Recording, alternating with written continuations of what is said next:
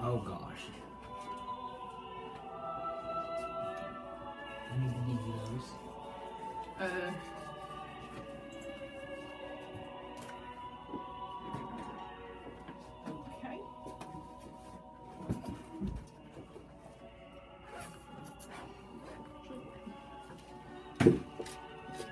Okay.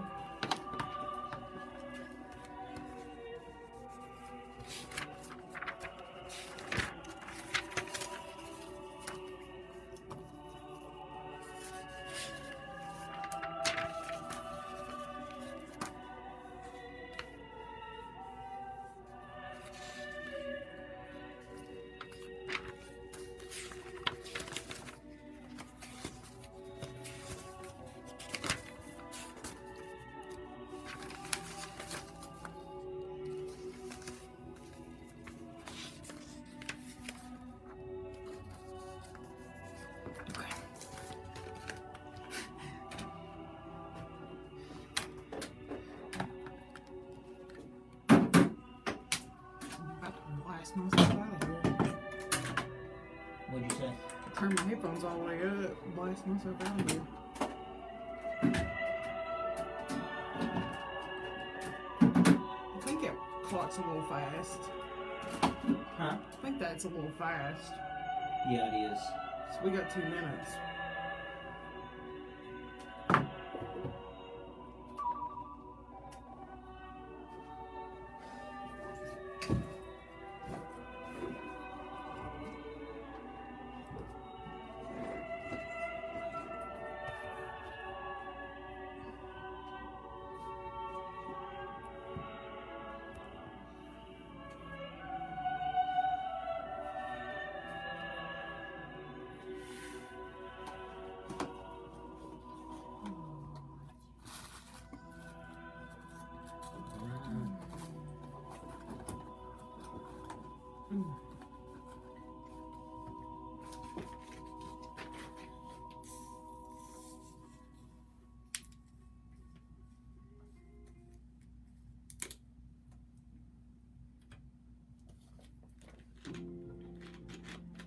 Fayette Alliance is celebrating 15 years of smart growth in Lexington-Fayette County. Smart and equitable growth impacts us all. It houses our neighbors close to where we work and play, improves this is all new over here. Did they get a transportation new computer? options, and I don't think so, focuses but investment it looks in bigger. existing neighborhoods. This is Daniel from Success Academy. You are listening to Radio Lex, the voice of the people, WLXU 93.9 Yep. LPFM. Oh, gotta make sure you're recording.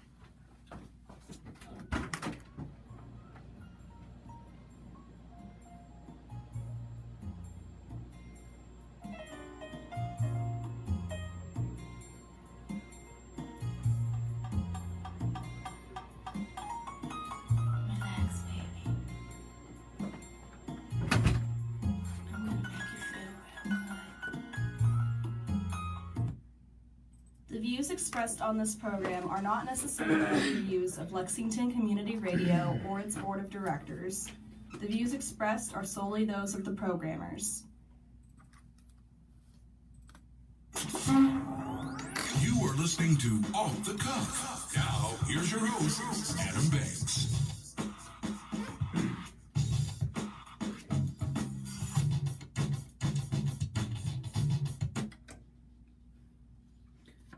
Welcome everybody to Off the Cuff.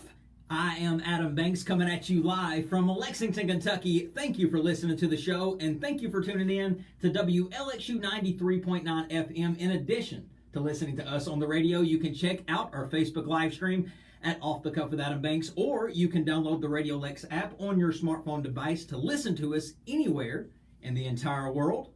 Ember Turner and I are both broadcasting from the Deborah Hensley Studios here at Radio Lex on North Limestone. Ember, it is 4:01. We are in our time slot. Feels good to be back in our regular time slot. We're on time today. Sorry, folks, who tuned in last week. And if you tuned in last week at 4, you did not hear Off the Cuff. You just you heard a bunch of just rumblings and a bunch I of... think me chitter-chattering. Yeah, it's untelling what you heard, because the studio went down, and Amber and I had to push our show back from 5 to 6. But if you missed the show, you can check out that episode in our archives. That's the beauty about having this show on podcast.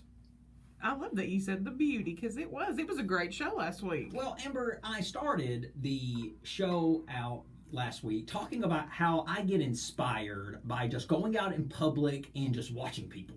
Yeah. Just inspiration just from daily life, just inspiration just from watching how others act. Yeah. And can we just chat a moment about how insanely awkward it is just to be a human being? Well, why did you look at me when you enunciated awkward just then? I have a feeling you're calling me awkward right now. Like, why is existing, just in general, existing is sometimes embarrassing?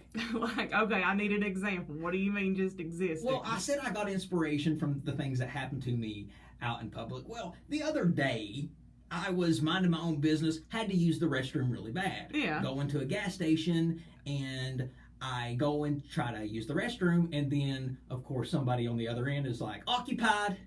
And that leaves me standing there not knowing what to say. When somebody says occupied to you in a bathroom, what do you say? Do you say, okay, I'm sorry? Do you say, okay, I'll wait? Do you say nothing at all? What do you say if you knock on the door and someone says occupied? I usually just kind of walk away. What are you supposed to say? That's what I'm saying. Yeah, just walk away. What are you supposed to say? Yeah, walk away. But in general, it's an awkward moment for both parties. Well, and it's funny that you asked me that, because I can't tell you how many times I have said occupied, and it is hilarious the responses that you get from people. I'm not even lying to you. What are some responses that you get? Okay, so I was going to a conference one time, and me and one of my girlfriends decided we were going to just hijack this bathroom, and we were going to change clothes because we had to drive. Right. And so we go in, and we lock the door. It was at a gas station. We lock the door, and somebody comes over, and they knock, and we're like, give us just a second. We're changing clothes. And she's like, boys, let me in. I got to go to the bathroom.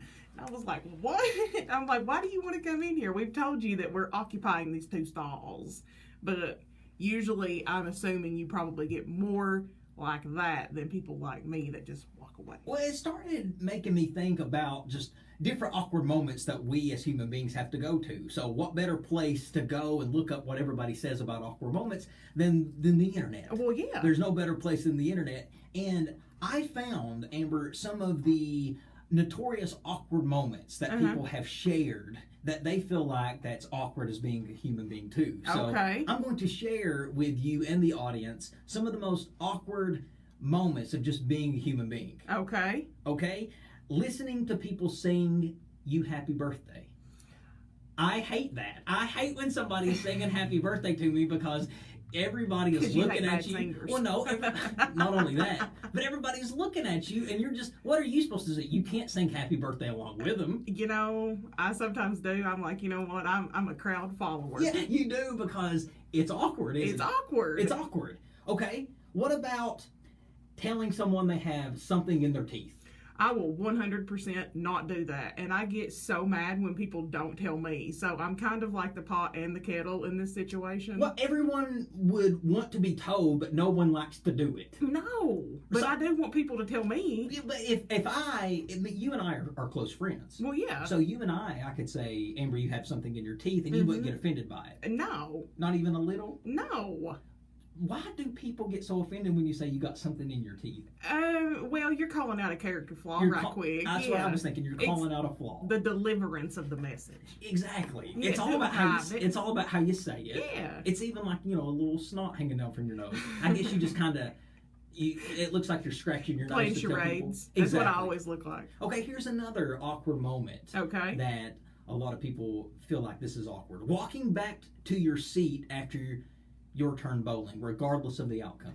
I saw that and I cracked up, because that's awkward. When you bowl, it doesn't matter how good you did. Yeah. You have to turn back around and you got to walk back to your seat. Everybody's watching you do that. Well, I will say it's awkward, especially I do play fairly good. And when I roll a bad ball and people are anticipating that you were going to do good and then you do not show up, That's like, I think, the biggest walk of shame ever. Here's another awkward moment for just being a human. Asking someone for money that they owe you. Yes. Yeah, when you say, hey, you got that $25 you owe me? I don't know that I've ever done that. Have you? Usually I just expect if I let somebody borrow money, I'm not going to get it back. Yes. Yes. That's Yeah. Yes. You don't borrow money, you give money. Sean Powell on the show thread, he says, room for one more. I'm guessing that you have another awkward moment that you want to... Oh, I know what he's saying. On the show thread, Sean says, room for one more. I guess he's saying that's the response he gets when he says occupy. Room for one more. Room for one more. Here's another awkward moment. When you say bye to someone, then inexplicably run into them again a few minutes later. Don't you hate that? Yes, because I feel like that's happened to us several times. Or when you see somebody in the hallway and you're like, hey, what's up? And then you see them 2 minutes later, are you supposed to say, hey, what's up again? And just keep saying, hey, what's up? Hey, no, what's up? I just awkwardly smile. So awkward. Walking the same speed as someone else is another awkward thing someone put. Just walking the same speed as someone else. That can get a little awkward because you feel like you're in a race with somebody when you're doing that. Well, if we look over and like make eye contact, then it's awkward. Okay. Yeah. Here's another one. Asking someone where the bathroom is in their house. No, it ain't awkward. I don't think that's awkward either because...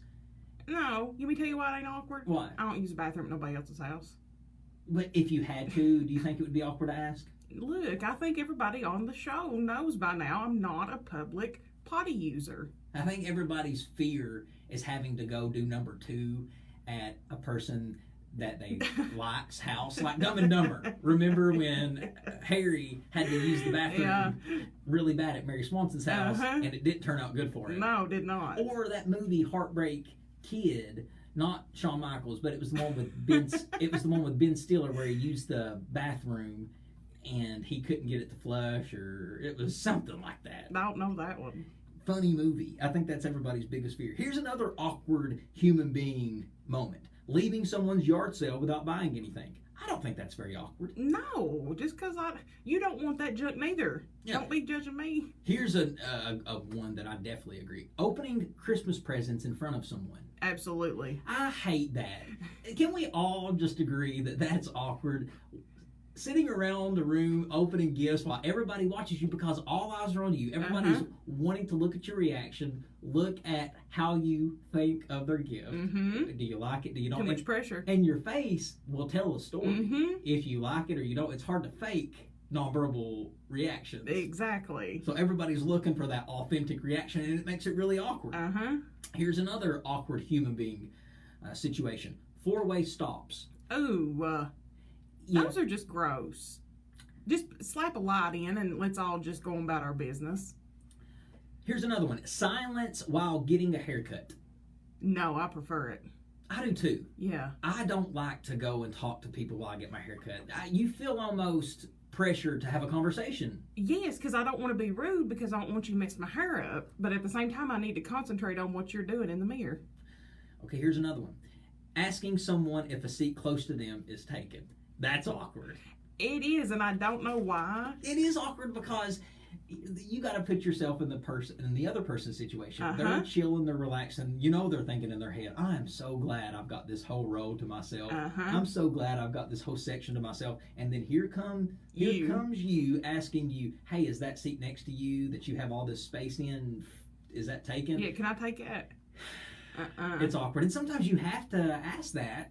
All the time. Yeah. You have to ask. Yeah, and plus it kind of announces to everybody else that you're a loser because you have nobody else to sit. See, that's what I was going to say. I don't like it because people assume I'm just sitting there by myself. Yeah. Here's another one. Telling someone, I already said the teeth one.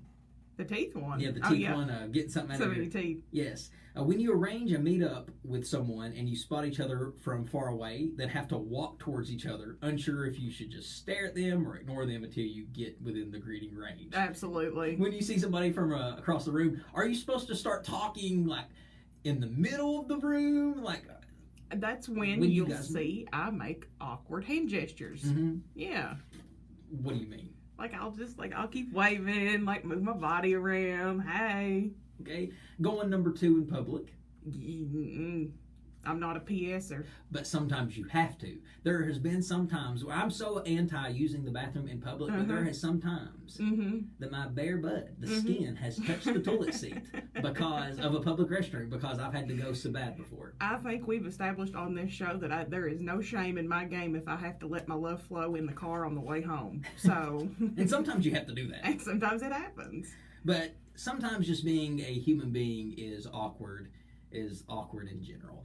But those are some awkward moments. We have lots more off the cuff to talk about, lots more topics to discuss right here after these words. Stick with us. We'll be right back. Hi, I'm Maya from These the Salad headphones, Bar, there's located something in the wrong. Julietta Market at Grayland Station on the corner of Line and Line. You are listening to Radio Lex, the voice of the people, WLXU 93.9 LPFM Lexington. Are you being threatened with eviction because of COVID-19? Is your landlord being uncooperative with filing for relief funds? The Lexington Human Rights Commission can help. Okay. We investigate There we go. discrimination claims, and there is no fee for our services. If you have a discrimination complaint, you can file it online at lexhumanrights.org or call us at 252-4931.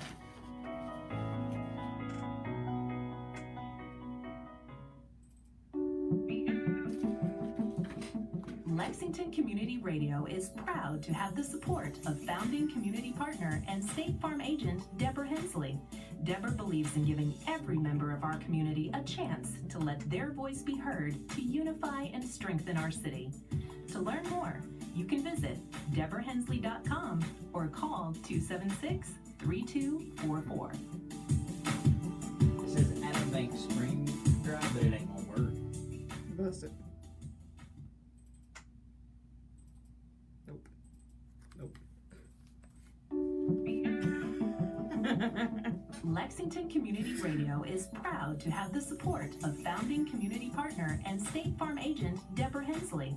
Deborah believes in giving every member of our community a chance to let their Why don't it voice be work? heard I to just don't unify understand. and strengthen our It city. ain't worked in To learn more, you can 3 visit months. deborahhensley.com Irritates me. or call 276-3244.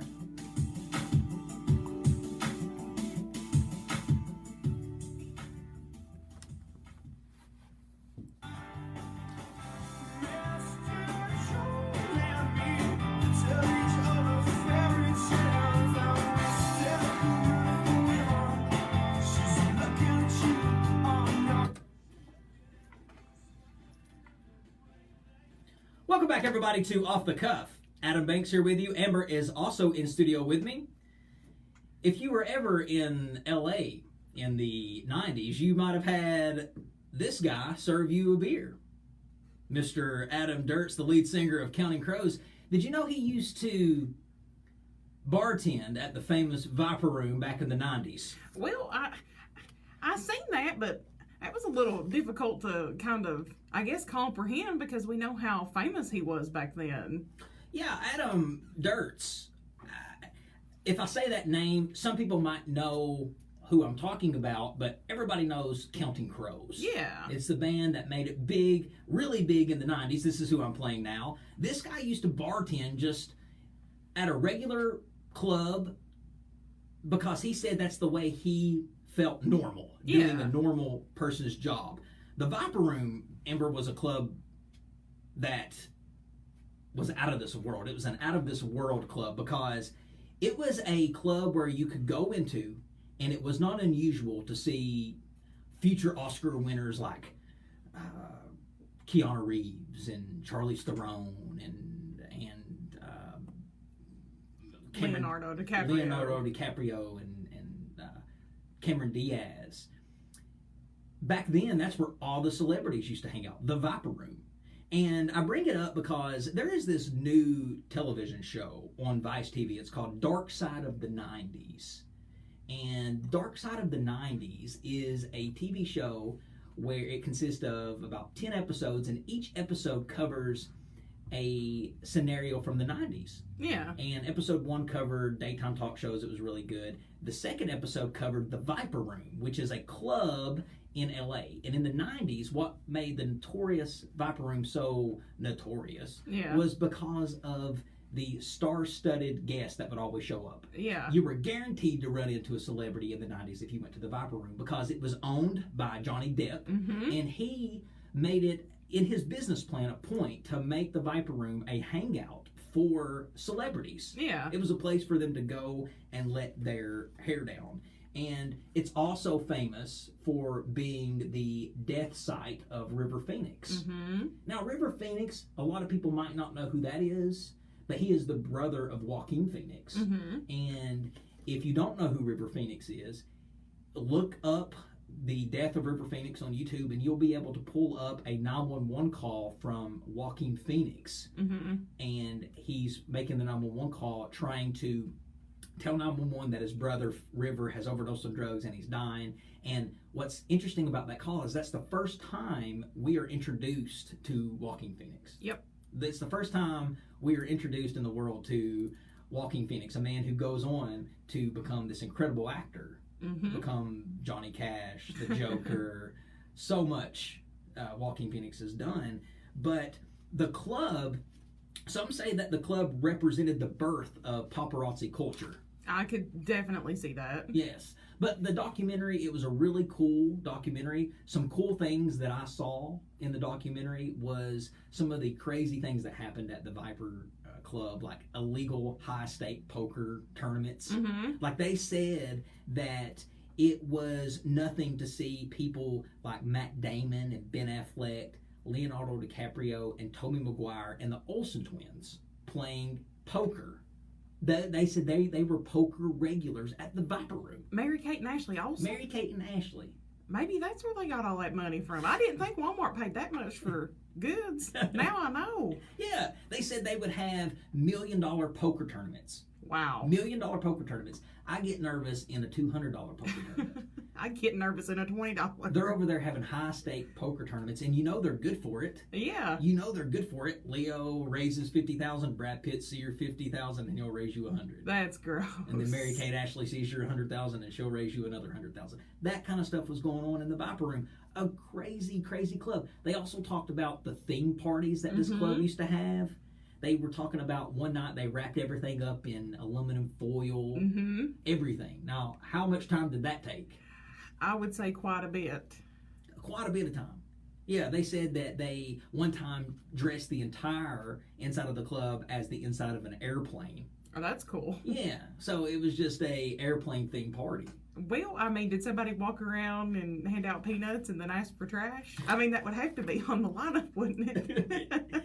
You would think so. But the Viper Room was a place where celebrity bands would go and try to, celebrity bands would go and perform. A celebrity artist, Johnny Cash, would go and perform because they were all friends with Johnny Depp. Yeah. The Pussycat Dolls originated from the Viper Room. Yes. They were just kind of the band that exclusively only played at the Viper Room, and they got so big and so popular from the Viper Room that they got a recording record from it. Well, I think they originally started with just lip syncing, and they were just doing dance routines. It started from dance routines and scantily clad women, and then it followed up into a record deal. And then you got the bartender, like Adam Duritz, the lead singer of Counting Crows, being your bartender. So you could be hanging out at the club, go up to the bar and get you a Jack and Coke, and the lead singer of Counting Crows is the one giving you your drink.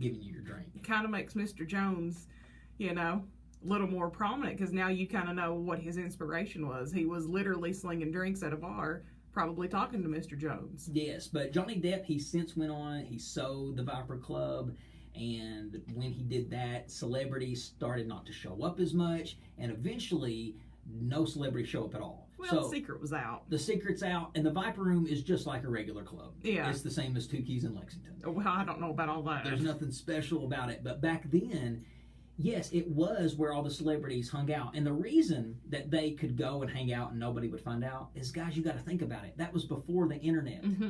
That was before cell phones and Twitter. You could go to a hangout spot, and it would be a long time before people found out that you were there.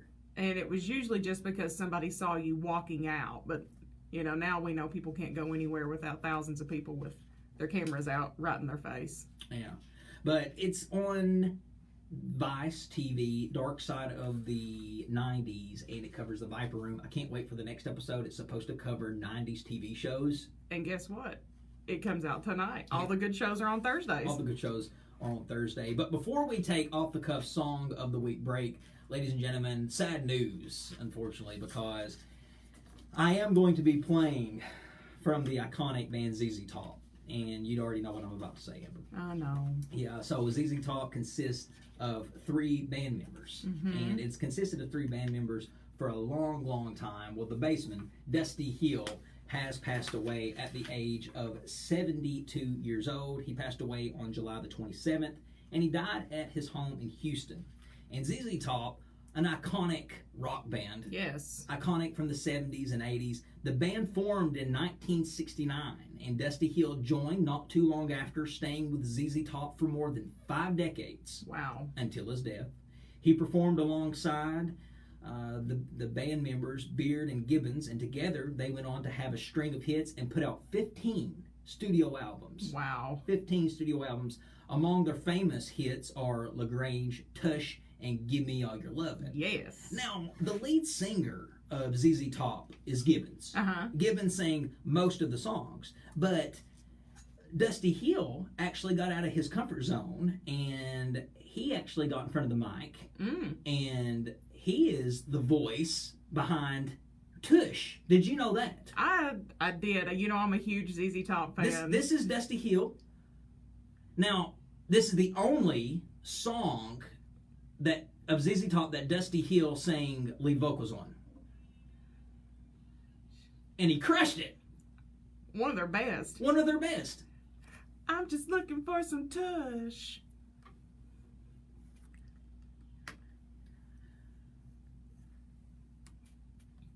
So,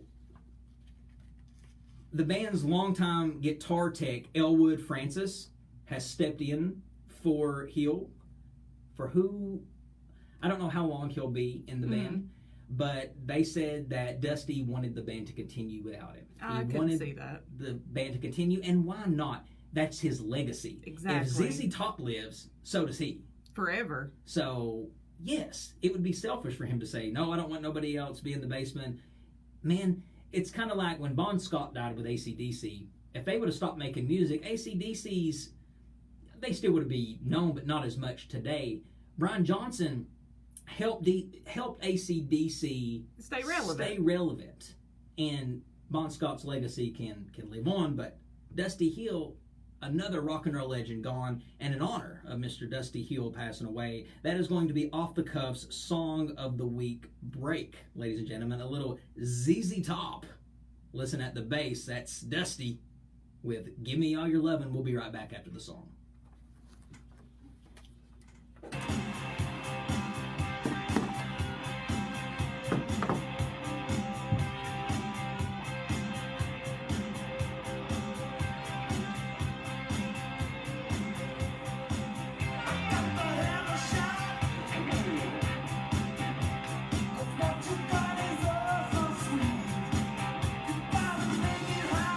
Sean says he literally had someone open the door with a shoulder check while I was at non-stop. He didn't knock beforehand. I hate that too when people don't knock. I don't know why anybody would just barge into a bathroom, but as a woman, you have that habit of it. And that's awkward too, because you're sitting there at that point, you're like, Well, because as men, you know, you guys use the urinals a lot, so you guys are just there and you're like, oh, hey. Yeah. But like, we're like, pants Yeah, down. exposed. Yeah, exposed.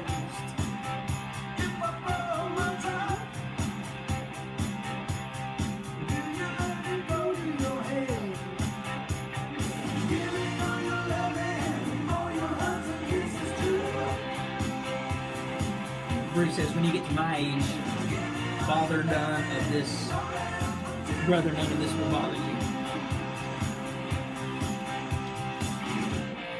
When you get to a certain age, you just don't care no more, right, Bruce? Am I too young to be there?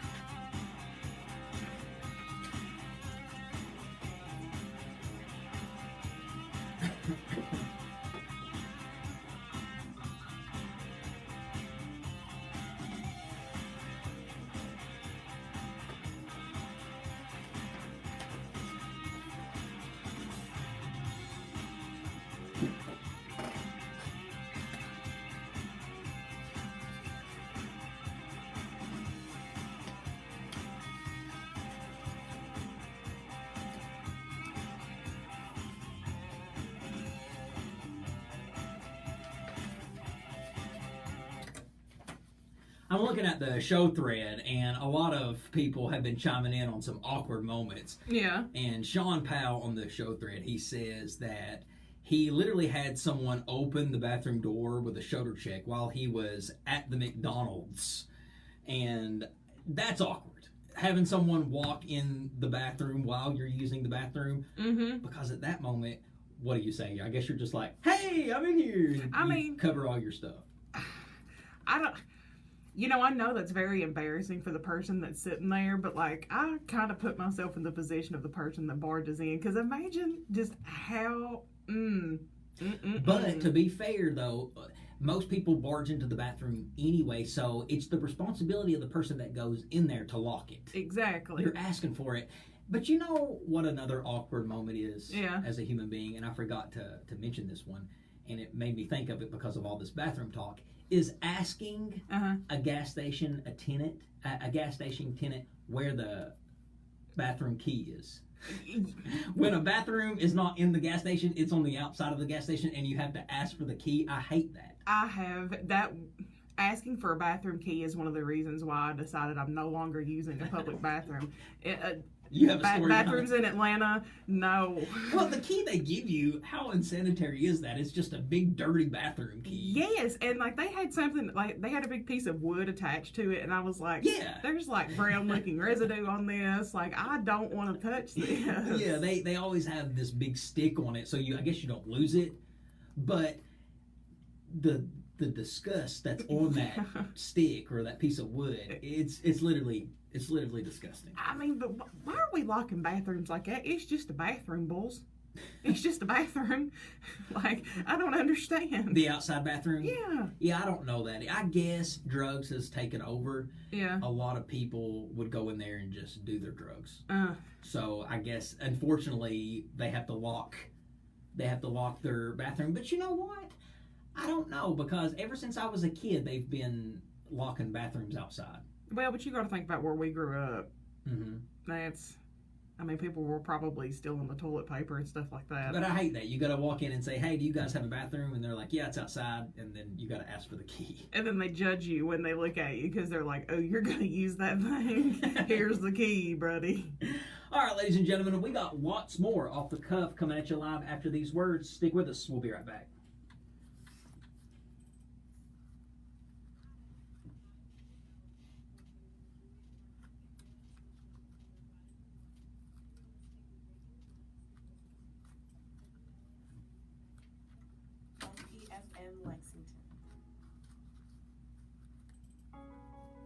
Is racial discrimination threatening your housing, job, or access to public services?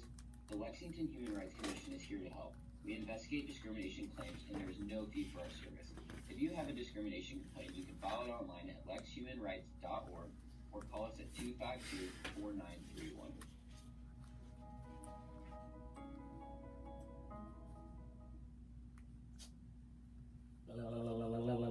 Oh, we're ready.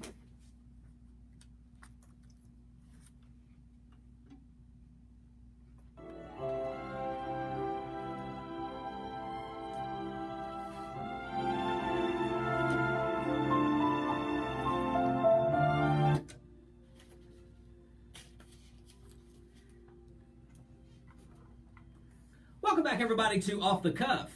Adam Banks here with you. Amber is also in studio with me. Do you recognize this theme? Adam, I'm not a smart man, but I know what this theme song is. One of the best movies ever created, Forrest Gump. I watched it on TV yesterday. There's not many movies like Forrest Gump, never will be again. No. It's a beautifully played and brilliantly played by Forrest Gump. One of my favorite movies. Could you imagine if anybody else besides Tom Hanks played that role? Absolutely not. What would have happened to that movie, Forrest Gump, if somebody else besides Tom Hanks played that role? I just don't think that it would be a cult classic like it is. I don't think it would have done as well. Well, did you know that Tom Hanks was originally not supposed to play Forrest in the movie? Oh. He wasn't supposed to be in the movie at all. The director, Robert Zemeckis, he actually offered the role to John Travolta before he did Tom Hanks. Now, could you imagine? Now, imagine that. No, don't want to. So, That's nasty. The two films, Forrest Gump and Pulp Fiction, went head-to-head at the 1995 Oscars because the reason John Travolta turned down Forrest Gump was because he wanted to be in Pulp Fiction instead. Okay. Well, another great film. They both were highly regarded as some of the best films ever created, and they went head-to-head, like I said, at the 1995 Oscars, but Forrest, Tom Hanks, actually took home the Best Actor Oscar, and Pulp Fiction only took home one Oscar, and it wasn't even John Travolta's. What's that say about John Travolta? And Forrest Gump is an iconic movie. Yes, because it was a coming-of-age movie. It really kind of was. And I think at the heart of it, that one was it was just great because you could just see the chemistry between Tom Hanks and Gary Sinise and Robin. Well, we can't imagine anyone but Tom Hanks playing Forrest Gump.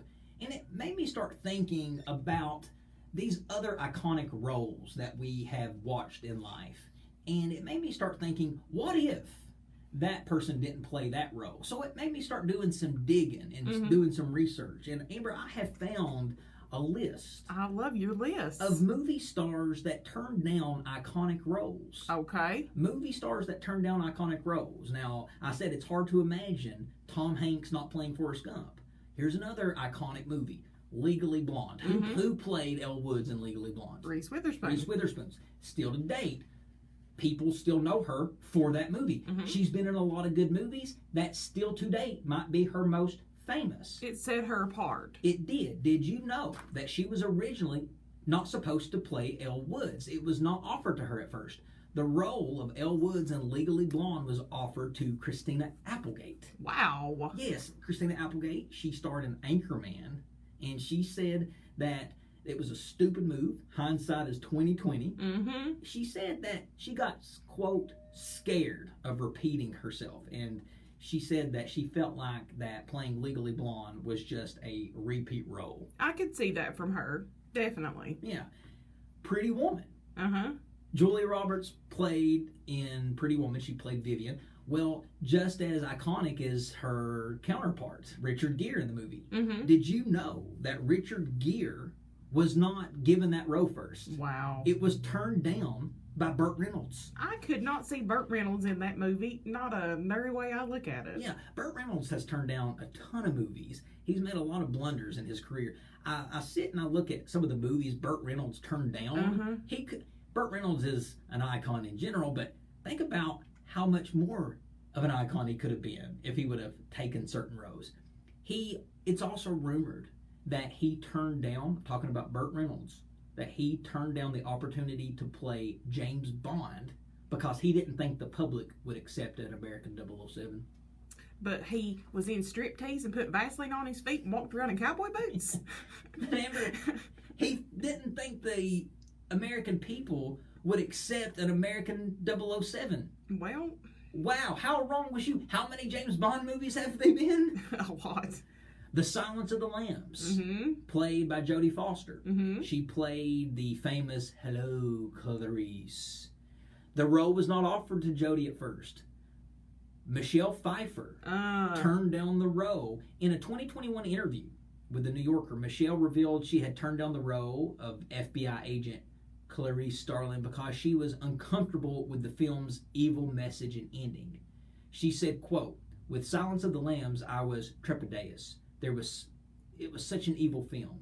It was that evil that won in the end. That it was because of that evil I ruled the film out. I was uncomfortable with that ending. I didn't want to put that out into the world."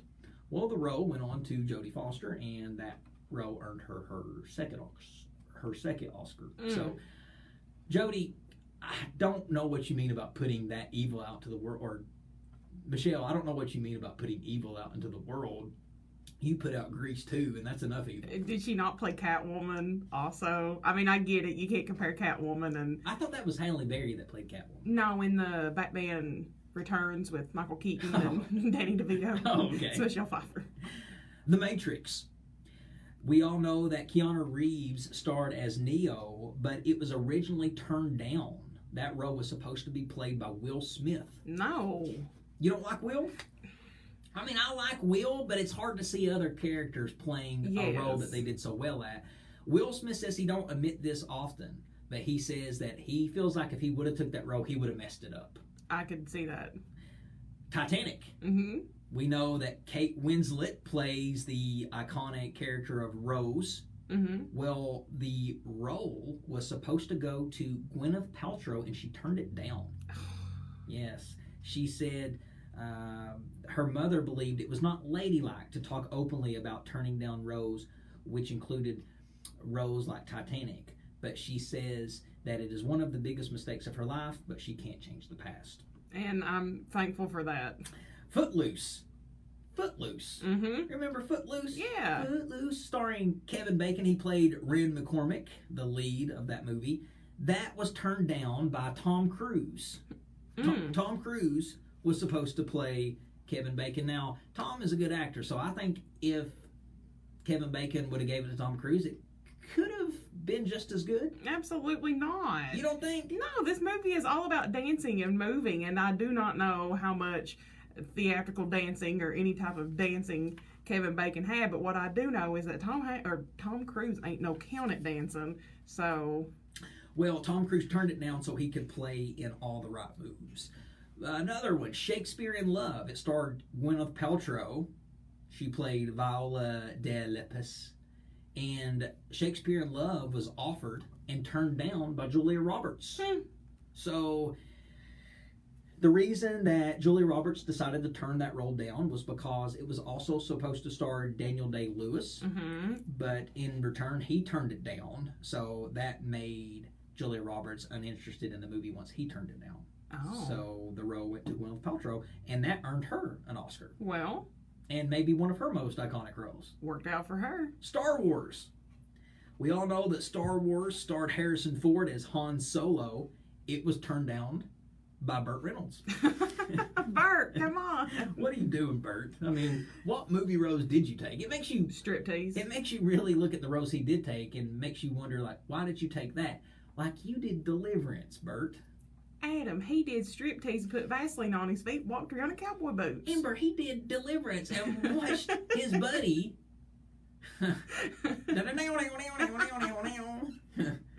You've seen the movie. Uh-huh. They also say that the screen legend Al Pacino turned down that role also before Harrison Ford took the role. I could not see Al Pacino in that. Here's another movie, La La Land.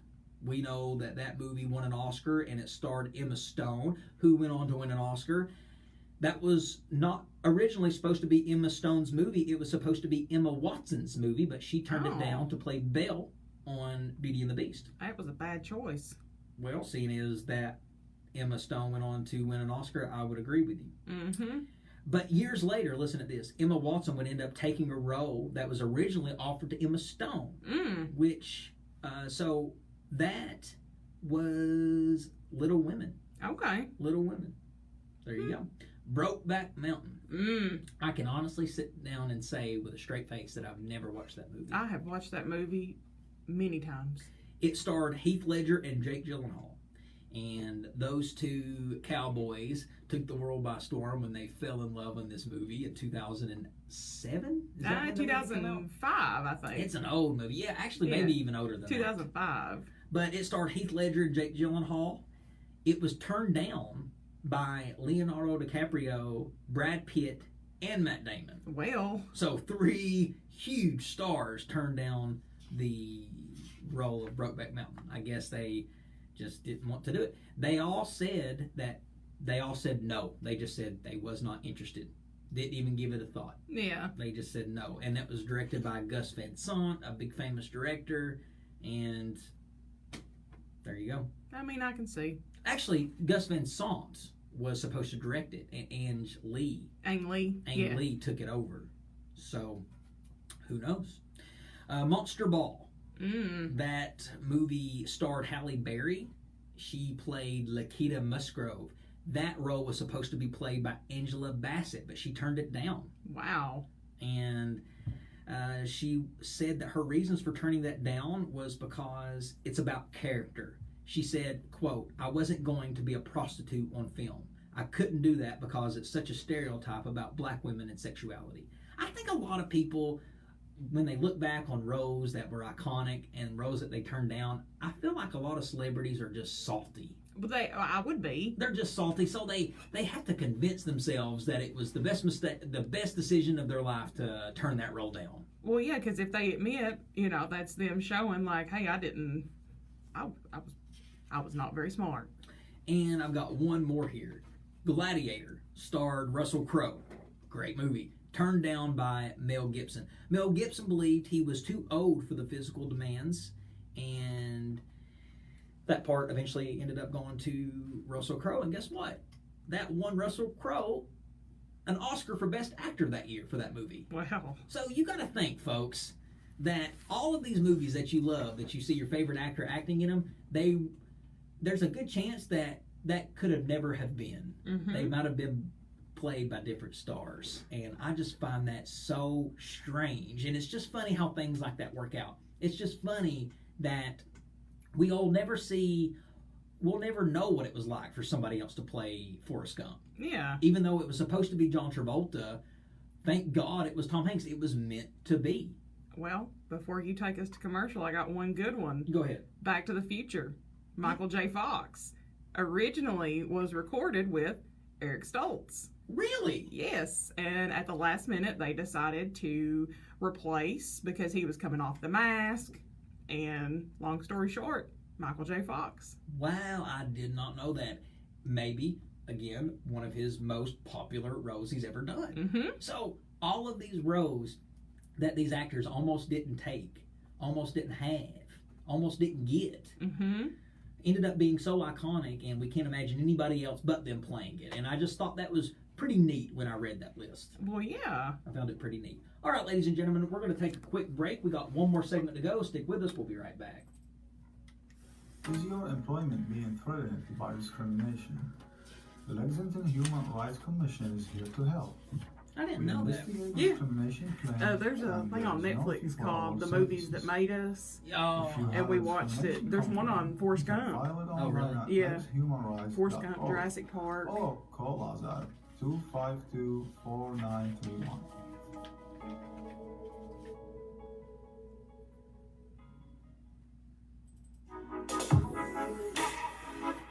Radio Lex appreciates the support of the Lextropolis, the digital magazine covering Lexington's urban beat, featuring local writers, community models, and minority businesses each month, serving Lexington and surrounding communities for 5 years. To learn more, you can visit www.thelextropolis.com. For the people, by the people.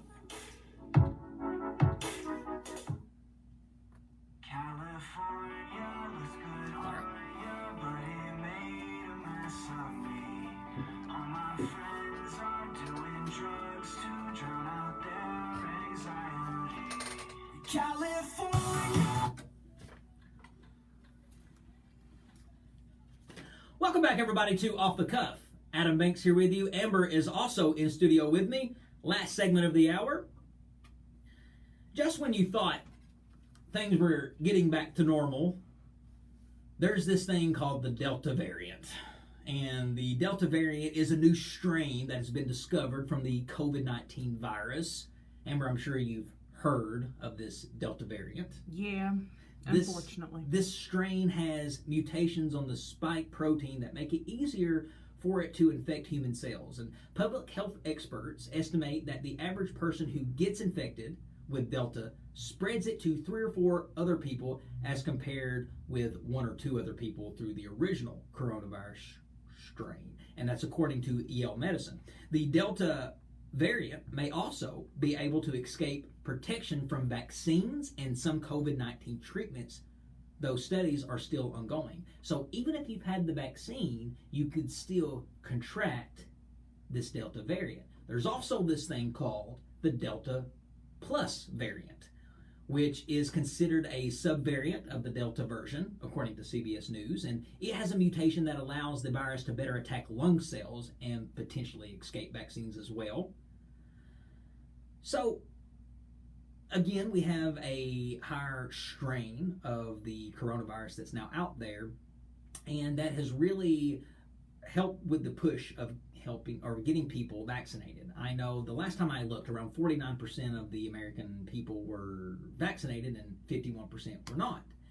But Amber, I don't know about you, but do you feel like that it is almost starting to become hateful between people in this virus? People are becoming uncivil with the way they're handling the vaccinated and the unvaccinated. And what I mean by that is you have people that are vaccinated, people who are vaccinated, getting online, getting on social media, and condemning those who have not been vaccinated. They're calling them names like stupid, dumb, ignorant, murderer, numerous of things. And I think that that is going to cause a civil war in this country if we start teaming up, team vaccinated, team non-vaccinated, because I feel like now that's what it's become, and people are making others feel bad for not being vaccinated. Or am I totally off on that?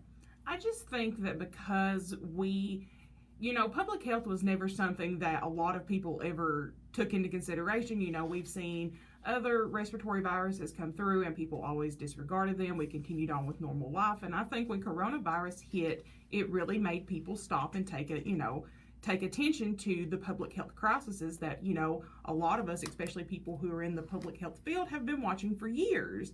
So I think what's happened, in my personal opinion, is we still have a lot of people that are very fearful. They're losing people that they love. They're losing family members, friends.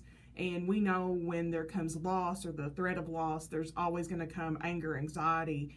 And I just think that we live in a world now where social media is a place that everyone takes their problems to. Mm-hmm. And unfortunately, you've got one person who'll have 5,000 followers, and then 5,000 people are going to see that. There's a chance it's going to get reshared. We've got people resharing things, incorrect information, false information. And a lot of businesses I've seen making policy now to say things like, if you've been vaccinated, you don't have to wear a mask. If you've not been vaccinated, you have to wear a mask. Well, all that does is show everybody. It shows everybody publicly your vaccination status. Well, and in return, that can cause some civil war between people. Or you see people who are vaccinated and unvaccinated just not wearing their masks, because at the same time, nobody wants to be that person that walks in and is the only one wearing their mask. Last year we talked about being the only person not wearing a mask. And this year, I feel like it's if you're the only person not wearing a mask again. So it's, here we are. But I feel like that a lot of people will be forced into getting the vaccine even when they don't want to, because they don't want to be embarrassed. They don't want to walk in and have to wear a mask when nobody else is. They don't want to tell everybody I've not been vaccinated, because pretty much they're making it to where you kind of have to show your vaccination. And they do that by making you wear a mask if you're not vaccinated. Yeah. Because you can lie for so long, but eventually you got to probably put on record in HR your vaccination status. Probably got to have records in HR. Oh, if you're doing like with employment. That's what I'm talking about. I mean, they will require you to actually do it. A lot of places hold vaccine clinics, at their facilities. Right. And yes, there are definitely many, especially medical facilities, that if you're not vaccinated, you don't come to work. And I think that is going to cause a lot of people to be forced into getting something they don't want to get because they don't want to feel ashamed. They don't want to feel embarrassed. And a lot of people feel scared because it's not 100% FDA approved. And not everybody wants to put something in their body that's not 100% FDA approved. I have never gotten on the radio and told people to get the vaccine or not get the vaccine. That is not my place. All I tell people is to do your research. Mm-hmm. Do your research. And not on Facebook. And what is wrong with telling people to do their research? Because that means that you are implying that people are ignorant in a particular subject, and the point blank matter is, people are ignorant at public health unless you have spent extensive time studying biology, physiology, even anatomy in some cases. It's okay to be a little ignorant. Just because you got a body don't mean you know everything about it. And I think that when you tell people to educate themselves, they take that as a stab, and it's not meant to be a stab. It's meant to be sincerely understand what you're doing. Don't just do something blindly. Nikki on the show thread, she says, I've had to keep it secret that I got vaccinated from certain family members. I wanted to get it due to the variant going around. Mm-hmm. So a lot of people are saying that the Delta variant, it's a coincidence that this has just happened. Mm-hmm. That they're saying that, and again, this is all theory and it's all rumor and innuendo, but they're trying to say that the Delta variant is just a way to push people to get the vaccine because the vaccine numbers are lowering. Yeah. They're not as high as what they need to be. But do your research, and that's all I will say about that. But before we go, ladies and gentlemen, I want to tell everybody that the NBA draft is tonight at 8 o'clock. We will talk about that next week because can't really talk about something that's not happened yet. The first draft pick will belong to the Detroit Pistons. Some are saying that it will be Cade Cunningham. Some people are saying it will be Jalen Green. Who knows? But regardless, the NBA draft is tonight on ESPN at 8 p.m. And we'll talk about that next week. That about wraps it up for this week's episode of Off the Cuff. You can listen to all of our previous episodes by going to our podcast and subscribing on iTunes, Spotify, or wherever podcasts can be listened to. You can follow me, the host, on social media at The Adam Banks. Make sure you put "the" in front of my name, The Adam Banks. And then you can follow my co-host, Ambu447, on social media. You can follow Off the Cuff on social media at Off the Cuff with Adam Banks. Ladies and gentlemen, that is Ember Turner. I'm Adam Banks, and this is Off the Cuff. We'll see you next Thursday from 4 to 5.